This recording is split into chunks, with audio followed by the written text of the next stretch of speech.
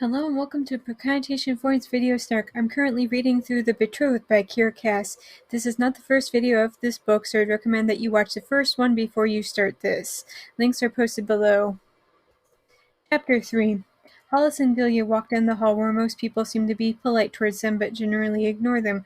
Hollis sweeps all of this under the broad category of Hollis will be replaced soon enough so I don't even care about her, which seems fair. However, they hear some women gossiping. I froze, looking at Dalia Grace. The squint of her eyes told me that she'd heard it too and didn't know what to make of it. There was a chance they were talking about her parents, about her father. But gossip surrounding Dalia Grace was old news, and the teasing surrounding it was usually reserved for young ladies looking for someone to take a dig at. Normally, I'd be like, alright, time for some interesting backstory for this new character. However, following the first two chapters and the overabundance of me saying, a crumb of context, please, I'm going to have to file this under annoying and out of context, just get to the point, please. Delia has to remind Hollis of exactly who the main character is. Minor side characters? Pfft, ain't no book got time for them. Delia says that Hollis is there to see the king and to present a strong face to him. Except that when they get into the room, Hollis realizes that maybe the ladies weren't gossiping about the maid, but rather her. Nora's quick to explain that people have heard about Hollis slinging food like the literal child that she is of the others and how she fell into the lake. This leads to talking about some political lords. See, a lot of people have this idea that everything that the king says is akin to the word of God himself, but this isn't true. They have lords who help to keep the kings in check, and to the surprise of nobody but these lords are insanely displeased with Hollis's display yesterday and don't want for Jameson to have anything to do with her. And I never thought I'd say this, but good job, Cass. I feel like you finally did some actual research and made a political system that wasn't founded on the stupidest thing that you could possibly think of.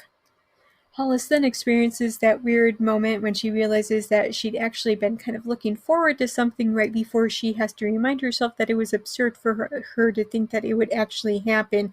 She knows that Jameson is an absolute cad and that he would have moved his attention on soon enough anyway. Nora changes the subject and mentions something called Crowning Day. Hollis explains to the readers that plenty of young ladies perform new dances in honor of the king on this day, and if Hollis is still Jameson's interest, then she'll be expected to perform a routine. Nora offers to help and Hollis agrees. However, as they're walking away, Delia asks why Hollis accepted Nora's offer. However, Hollis is apparently taking the high road, not only stating that she's doing this to look good for Jameson, but also because they should be past the point of cutting people out for the sake of pettiness. Hollis and Delia move so that they can greet Jameson, and as they approach the dais, the entire plot comes to another screeching halt so that Hollis can describe the room. And it's not so much that I feel like we should never have a description ever, but there is a time and place for it, and the time is not when the plot of the chapter has already been introduced, and for sure it's not pausing the plot to go over this. This is really fixable. All Cass had to do was to move this up to before Hollis started to talk to Nora, have the conversation with Nora, and then briefly describe the area where the royal throne sits as a sig into the business with Jameson. My Lady Hollis, he shook his head, you are the rising sun, gorgeous. At those words all my resolve was undone. How could I be sure I meant nothing when he looked at me like that? It's really hard to take Hollis's narration seriously when every other line she says about Jameson is just her complaining about how much of a cad that he is. But the second that Jameson makes a physical appearance, all thoughts of how awful he is goes flying out the window. Girl, get a grip. He can't possibly be that charming and good-looking. All of the money in the world isn't going to stop his awful behavior. Hollis thanks Jameson for the flowers, but it reassures him that she's fine following her impromptu swim in the river yesterday. He then invites her to sit with him at dinner that night, along with her parents, of course. As you might imagine, Hollis is beside herself with joy at the thought. Delia and Hollis agreed that they should send a letter to Hollis's parents explaining that they were to dine with the king that night rather than to tell them in person. They then return to Hollis's room where the two girls partake in their daily book reading, and then her parents show up. And I'm not quite sure if they're upset with the news or excited. We have to take a moment to confirm that they indeed are going to eat dinner with the king that night. But enough of that, we have to get to the real issue here, the scandal revolving around Delia. Because who cares about marrying your daughter to a literal king when we can talk about old drama? So here's the story. 8 years after Delia was born, her father accused his wife and Delia's mother of being unfaithful. A lot of people now think that Delia is because of that. Hollis's still unnamed mother calls Dalia tainted. Hollis, however, is of the opinion that Dalia's father did this simply because he wanted a divorce. However, Hollis's parents aren't sure what's worse, having an affair and bearing a child or being divorced. But what's worse is that the father ran off and eloped with somebody else before the ink was dry on his divorce papers. Either way, Dalia's reputation is entire simply because of the poor behavior of her parents. And in a land where marriage and family are held in high esteem, those are crippling blows. Hollis attempts to return to the conversation about dinner with the king, but her father is quick to say that people are already talking about Hollis's very mature dip in the river, and this is on top of talking about Hollis spending so much time with Dalia. Hollis is upset over this and tries to argue for Dalia's sake, but her parents remain firm. Instead, Hollis offers a counter-argument to her parents that she'll ask Jameson about Dalia. Her parents reluctantly agree, but only under the condition that Dalia is not to sit with them tonight. Wait a second, wasn't this a scene from Mean Girls? The parents leave, and Hollis writes a letter to Dalia apologizing over everything and saying that she has a plan. That night, they go to have dinner. Hollis feels like everybody is judging her, but I feel like she's focusing her frustrations on the wrong people, since the mother has exactly 0 kind words to say to her own daughter. In fact, the narration goes so far as to liken the way her parents are treating their daughter to showing off a priced horse. Ugh. They meet with Jameson at his table. He instantly starts talking about the Brights family estate and how pretty that he's heard that it is. The parents are pleased as anything and eager at the thought of Jameson coming to visit them. Hollis tells Jameson of climbing up a rope swing in the garden to rescue a baby bird, but Jameson finds it charming and amusing. He promises that she must tell him more stories at dinner tomorrow, which does nothing but fill Hollis with hope. Chapter 4. After dinner, Hollis asks why Dalia wasn't at dinner, even if she wasn't at Hollis's side. Dalia explains that she'd just rather not and goes on to say that she hasn't been at dinner in 10 years, which means that if Dalia's father disowned Dalia when she was 8 and she hasn't been in the dining hall in 10 years, then she's around 18. But this is in no way an indication of how old Hollis is, but probably a good indicator. But Hollis then tells Dalia that she argued for Dalia's behalf to Jameson, stating that Dalia was a good friend. Jameson was very taken with the idea of how good of a friend Dalia was to Hollis and said that if that was the case, then Dalia must stay.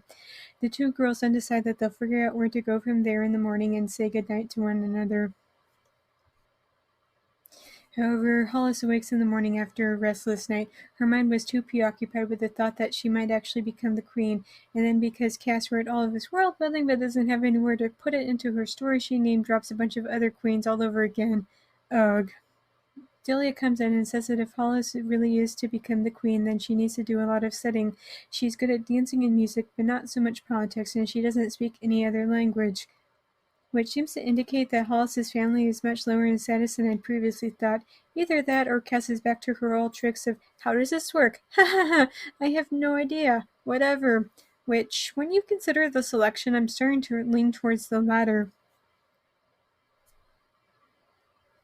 Before they can get to her lesson, somebody knocks on the door. It's a Lord Seema, and nope. New fans will please note that I have little patience for names that just look like regular words, but then the author randomly tacked on extra letters or shifted a letter or two to make it into a fantasy name. Hey, at this point at least it's not a foreign word. I still haven't gotten over Cass naming a character the German word for east. Well, okay, it was bothering me, so I looked it up, and as it turns out, Seema is an actual name. The problem is that it is a Hindi female name, and this character is a man. So what if I told you that Google is free? Anyway, Lord Seema has come to Hollis because he knows that she currently has the king's ear. He explains that he lives in one of the furthest towns of the kingdom of Corona. No, wait, that's not the kingdom name, it's Croa. Y'all see what I mean about these dumb names authors come up with? Anyway, Seema says that the roads out in the boonies are not in good shape. I'd like a royal survey of all the roads in Koroa. I've tried to mention this to His Majesty twice this year and he's brushed it off. Only twice? That's amateur hour here. Don't talk to me unless you're bugging him about it no less than twice a week. Anyway, Hollis agrees that she'll talk to Jameson about it, but in exchange she wants for Seema to talk about how nice Hollis is. Seema doesn't find this task to be difficult and agrees. After he leaves, Dalia is excited about this because it means that others know that she's with the king. However, I'm less than excited about it because Seema would probably ask just about anybody close to Jameson. He probably asked the nameless girls before Hollis for their help too. That night, Hollis and Delia join Jameson at his table along with her parents. Hollis is still worrying over Lord Seema's road issue and wants to bring it up to Jameson. However, Delia is one with any bit of sense around here and urges Hollis to think about it to come up with a good plan of action.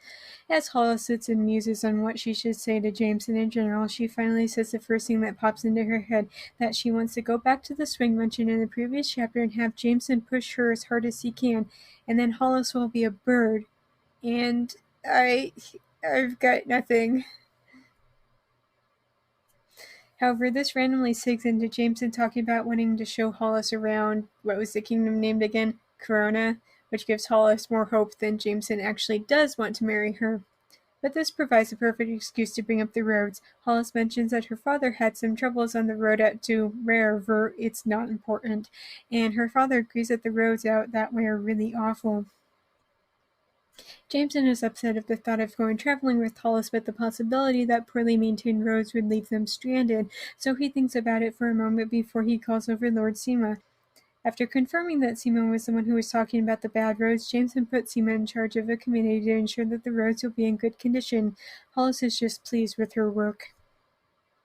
And I'm sorry, but what in the world was any of that? A problem that could have been interesting, but instead it was almost instantly solved with no effort on Hollis's part.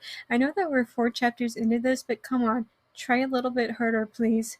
And I know that this is only 4 chapters in, but so far this is turning out to be another non-plot book. Why do I keep picking these books? Thanks for listening to my book Snark on YouTube. New videos are up every Monday. Be sure to like this video, subscribe, and turn on notifications so that you don't miss anything. Also, while you're waiting for the new video next week, be sure to catch up on my other video series. If you're already caught up with that, then you can head over to Tumblr for my main book Snarks, always free and updated daily. People who support me on Patreon also have early access to my daily Snark, but also bonus Snark that isn't up anywhere else. People who donate to me, either by supporting me on Patreon or by making a one-time donation via PayPal or Ko-fi, also get shoutouts in my videos. Thank you so much to Don and Phoebe for supporting me already. Be sure to join my Patreon or donate to hear your name next week. Also, if you want to read some of the stuff that I've published, and you can purchase my books on Amazon. I have 18 erotic short stories, 1 short story collection, and 1 full-length novel. I have a new short story out, Enchanted Mistletoe, just in time for Christmas. Just 99 cents and only on Amazon Kindle. Links for everything will be posted below. See you next week, guys.